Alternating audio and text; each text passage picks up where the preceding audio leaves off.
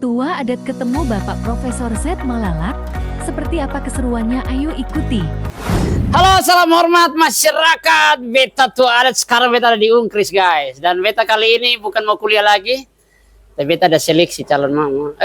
Sonde. Beta ada ketemu dengan dosen yang luar biasa, seorang profesor. Dan ini beta mau bilang Bapak tua ju humble dan gaul ya. Dan di zaman Gen Z ini beta diizinkan dan beta terima kasih Bapak tua mau terima beta.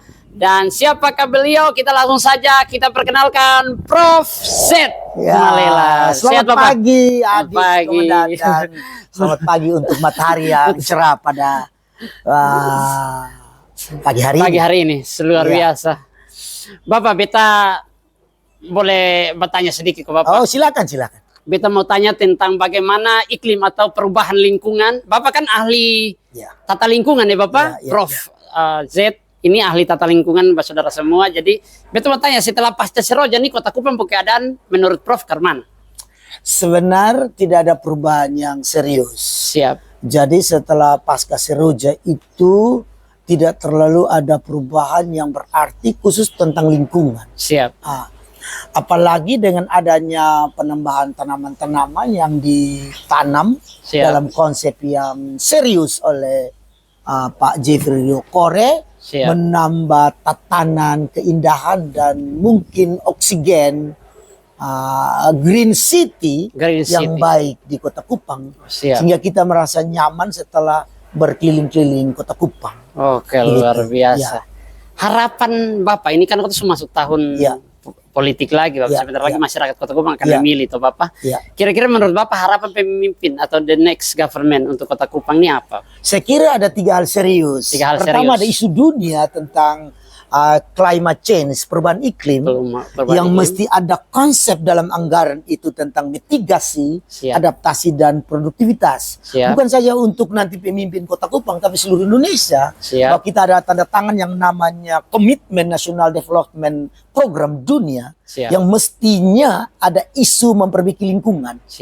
Yang pertama adalah bagaimana menahan tingkat perjalanan karbon dioksida yang begitu hebat dengan menanam tanaman-tanaman yang mungkin dapat menyerap atau capture and storage karbon dioksida, dan bagaimana itu dijalankan. Kedua, bagaimana air, bahwa pertambahan penduduk akan mempengaruhi juga pemakaian air di Kota Kupang dan mungkin seluruh dunia, sehingga tata air itu. Dan sedengar Pak Jericho ada membangun konsep-konsep tentang air, salah satu itu untuk spam dendeng yang akan mengairi bagian matahari turun atau Kota Kupang arah ke barat, yang akhirnya akan memenuhi kebutuhan industri di ekonomi bolok dan pengisian kapal-kapal wisata yang nanti begitu banyak di Teluk Kupang.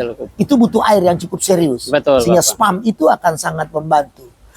Tetapi mungkin kita mempersiapkan juga sistem penangkapan air baru, water catchment di area-area tertentu yang apabila eksploitasi air kali dendeng itu stabil, bisa saja kita ambil dan kita olah untuk menjadi kebutuhan air minum penduduk. Tetapi bagaimana masa depan kalau dia kering, sehingga kita harapkan juga ada proyek-proyek penanaman kembali dan membuka area-area daerah tangkapan air yang akhirnya membuat zona aman untuk 100 tahun ke depan. Smart zona. Zone.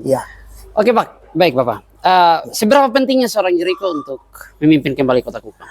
Saya kira sangat penting, karena saya ada tiga hal yang saya menilai dia baik. Dia tidak mengobrak-abrik birokrasi. Ini luar biasa. Biasa satu pimpinan datang tuh mengobrak-abrik birokrasi, tapi di dalam perjalanan politik Jericho yang saya lihat bahwa birokrasi itu tidak tersinggung satupun. Dalam perjalanan itu dia tidak membuat amburadul birokrasi. Dia tunduk kepada ketatan birokrasi dari kepemimpinan Pak Yonas dulu. Ini hebat. Ini luar biasa. Tidak ada konflik politik interesting di dalam kedudukan dalam jabatan pada saat dia memimpin. Itu yang saya lihat dari kacamata saya, bersih. Dalam arti pelayanan ekonomi masyarakat, dia membangun proyek-proyek yang membuat multiplier effect ekonomi. Jadi bagaimana daerah-daerah zona-zona taman dibuka, ini membawa gejolak ekonomi mikro, sehingga mendatangkan begitu banyak uang beredar.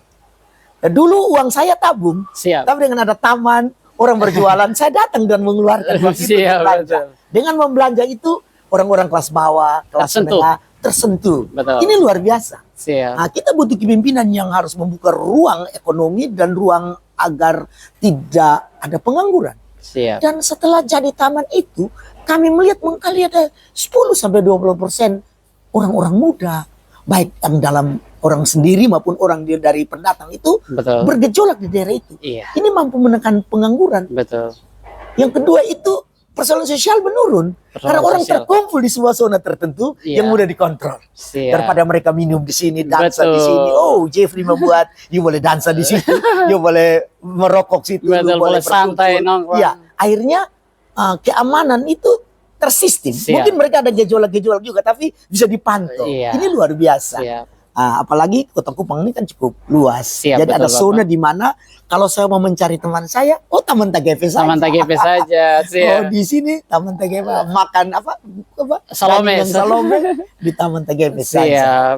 Nah, Baik Bapak.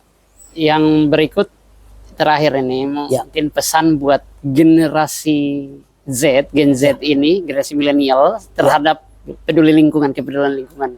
ya, memang generasi Z sudah terjebak dalam kemewahan dan keikut-ikutan. Siap. Ya toh, HP, mobil, gaya, Siap. style itu parah. Siap. Dia lupa agar bahwa pengetahuan penting. Siap. Jadi generasi Z kami kehilangan knowledge, Ya. kehilangan keakraban, Keakraban. tapi dia menonjolkan penampilan. Siap. Oh, cantik ya tidak juga, apalagi bego. Siap. Jadi generasi kami di Indonesia yang generasi Z maju ke depan itu adalah generasi yang terjebak dalam kedunguan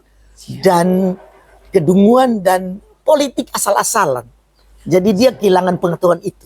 Sehingga generasi Z kita, generasi milenium kita itu memang sama sekali harus dibekali luar biasa. Siap. Dan saya kira Jeffrey yang lalu sudah menyiapkan sistem itu. Iya. Dan sekarang saya lihat ada beberapa visi dia yang mulai menyiapkan, oh orang muda Siap. harus dibekali. Luar biasa. Dan kampus menyiapkan Iya. untuk membantu Pak Jeffrey untuk memperkuat generasi-generasi muda kita yang generasi Z itu. Siap. Agar mereka boleh bebas. Tapi jalan pada jalan yang tepat.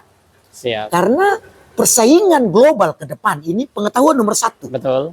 Pengetahuan nomor satu. Siap. Attitude, perilaku, behavior, Behavior. nomor dua. Siap. Ya toh, terus family, kekeluargaan. Siap. Sehingga bentukan ini kalau terlambat oleh lembaga pendidikan tinggi, lingkungan dan gereja, Siap. saya kira itu masalah serius. Sehingga saya pesan bahwa Pak Jeffrey harus punya konsep yang jelas bagaimana orang generasi Z itu punya ruang untuk berknowledge ria. Siap. Mencari pengetahuan dengan tertawa. Tertawa. Berpiknik dengan pengetahuan atau berpengetahuan dengan piknik. Siap. Dengan Kedua- dengan kata lain setiap hari kita bisa piknik ya. So, tapi piknik itu isinya adalah knowledge, pengetahuan. Iya, betul. Tidak sekedar Duduk. ekologi, Ekologi. biologi, Benar. bagaimana sampah ditata, Betul. dibuang di mana, diolah menjadi apa. Siap. Itu harus diajar pada generasi Z ini. Oke. Sehingga mereka tidak terjebak saja dengan hura-hura yang isinya nol, keboak. Betul. Orang Bang bilang.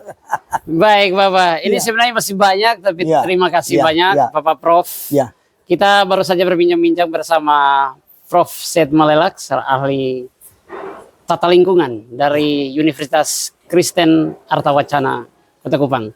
Dan teman-teman, Bapak Saudara semua, demikian wawancara kami, singkat, padat dan jelas, dan saya rasa juga pasti Anda ada tanggapan, komentar, kritik, saran, silahkan di kolom komentar. Terima kasih, saya Tua Adat dan Bapak Prof. Seth, salam hormat. Terima kasih. terima kasih Terima juga. kasih. Ya. Karena maraknya Kita bisa bikin banyak hal. siap, Informasi ilmu penting. TikTok tapi isinya knowledge. siap, TikTok tapi Edukasi. isinya knowledge. Iya. Itu lupa. siap. TikTok tapi serempet. Semua ahli kan dipakai. Iya. Lawak-lawak tapi profesor ini ada omong sepotong. Iya. Bisa. Betul. Gitu, ya? Jadi Iya. beta mau giving you can knowledge TikTok. Ya. Edukasi. Baik, amai. Makasih Terima kasih banyak. Weh, hati-hati Terima dokter. Siap, Ya. Bapak. Ya. Hari ini, Ya. halo.